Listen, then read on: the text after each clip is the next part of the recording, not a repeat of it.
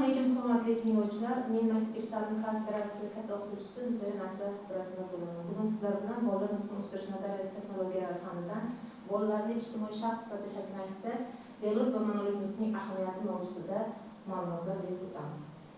Mavzumizga quyidagicha rejalarimiz bor. Nutq yaratilish jarayonining tafakkur bilan aloqasi, dialog nutqning mazmun va vazifalari, maktabgacha yoshlar bolalarning monolog nutqqa o'rgatish yuzasidan ma'lumotlar berib o'tamiz. Demak, tayanch tushunchalarimiz berilgan, uni ko'rib olishingiz mumkin. Foydalangan adabiyotlar ro'yxatimiz keyingi jarayonga ketyapti. Demak, nutq yaratilishi 1861-yilda fransiyalik antropolog olim Paul Brock yarim shar pastki peshona pushtasida o'sha nutq uchun javob beradigan markazni kashf etdi. Bu nutqning amalga oshish jarayonlarini bog'liq keyingi jarayonlarga o'tib ketishimizga asos bo'ldi. Nutq yaratilish jarayoni asosan tafakkur bilan aloqasini psixolingvistikada nutqning yaratilish modeli deb nomlanuvchi sxemada aks ettiriladi. Bunday modelning aksariyatini bizda Vygotskyning fikrdan ma'noga, ma'nodan so'zga degan konsepsiyasi asosida o'rganamiz. Vygotskyning fikriga ko'ra, nutq fikrga aylanguncha, fikr nutqqa aylanguncha bir necha bosqichni bosib o'tadi. Demak, bu to'g'risida Leontov nutqiy faoliyatni nutqiy jumlalarning nutqiy bo'lmagan subyektiv qoidalar orqali dasturlashtirishi sifatida baholaydi. Kubrakiyo esa nutqiy faoliyat termini ostida nutq yaratilishi va uning qabul qilinishiga oid barcha hodisalarni tushunish kerakligini alohida ta'kidlab o'tadi. Demak, maxsus tadqiqotlarda nutqiy aloqaning asosiy ikkita qarama-qarshi shakli o'rganiladi. Bular dialog nutq va monolog nutq shakllari asosan o'rganib o'tiladi. Demak, o'z holicha nutqiy muloqotning bizga ma'lum bo'lgan 3 ta turi mavjud. Bular dialog, monolog va polilog deymiz. Demak, har bittasini ishtirokchilar soniga ko'ra farqlab olishimiz mumkin.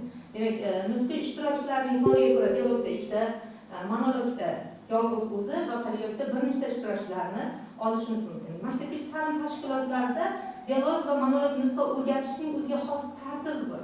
Demak, dialog nutqqa yoki monolog nutqqa o'rgatish bosqichlari erkin nutqiy muloqotda maxsus mashg'ulotlarda amalga oshiriladi. Batxinning aytishicha, o'sha dialog muloqot deyarli barcha uchun universal, insonning barcha nutqiga va barcha munosabatlarga singib ketgan hodisa va inson hayotining ko'rinishlari deb ta'kidlab o'tadilar. Nutqiy muloqotning asosiy xususiyatlaridan bittasi o'sha muloqotda ishtirokchilarning almashinishi, suhbat davomlarining bir-biridan fikr almashish jarayonlari yoki nutqiy muayyan holatda sodir bo'lish jarayonlari yoki nutqda imo-ishoralarning, yuzlarning, mimikalarning, intonatsiyalarning bilan ifodalanishi alohida ko'rinib turadi. Yoki dialogning muhim jihatlaridan biri bu bolalarni nutqqa, muloqotga o'rgatish jarayoni bilan asoslanadi. Bolaga til o'rgatish va o'zlashtirish aloqa qoidalariga bir necha yo'nalishlarda amalga oshiriladi. Biz quyidagi 3 ta yo'nalishni ko'rib o'tishimiz mumkin. Birinchi navbatda bolalarda o'sha tilga o'rgatish jarayonining kognitiv yo'nalishi bolalarning g'oyalari kengayishi yoki atrofdagi dunyo haqidagi tasavvurga ega bo'lish bilan namoyon bo'ladi. Ikkinchi yo'nalishimiz esa kommunikativ yo'nalish bo'lib, bolada muloqotda sherik bo'lishini, ya'ni suhbatda 2 kishi bo'lishini amalga oshirish jarayonlarida namoyon bo'ladi.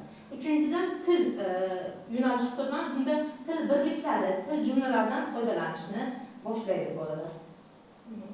Bola asosan 3 yoshga kirganda o'sha muloqotda sherik bo'lishini va o'zaro aloqa vositalarida aloqa aralashuv jarayonlarini amalga oshirish kerakligini nazarda tutadi va o'z o'rtoqlari bilan ijtimoiy munosabatga kirishadi.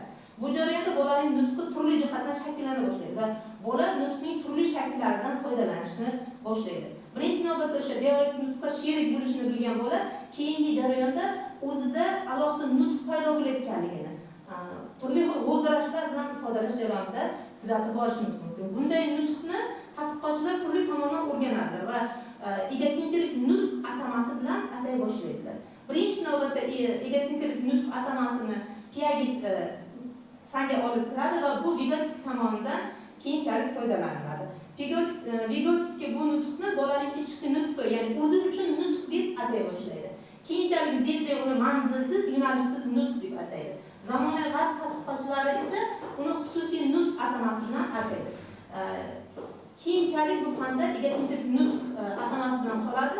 Egosentrik nutqda asosiy prototipi bu monolog nutq hisoblanadi. Demak, bolada egosentrik nutqdan keyin albatta monolog nutqqa o'tish jarayonlari boshlanadi.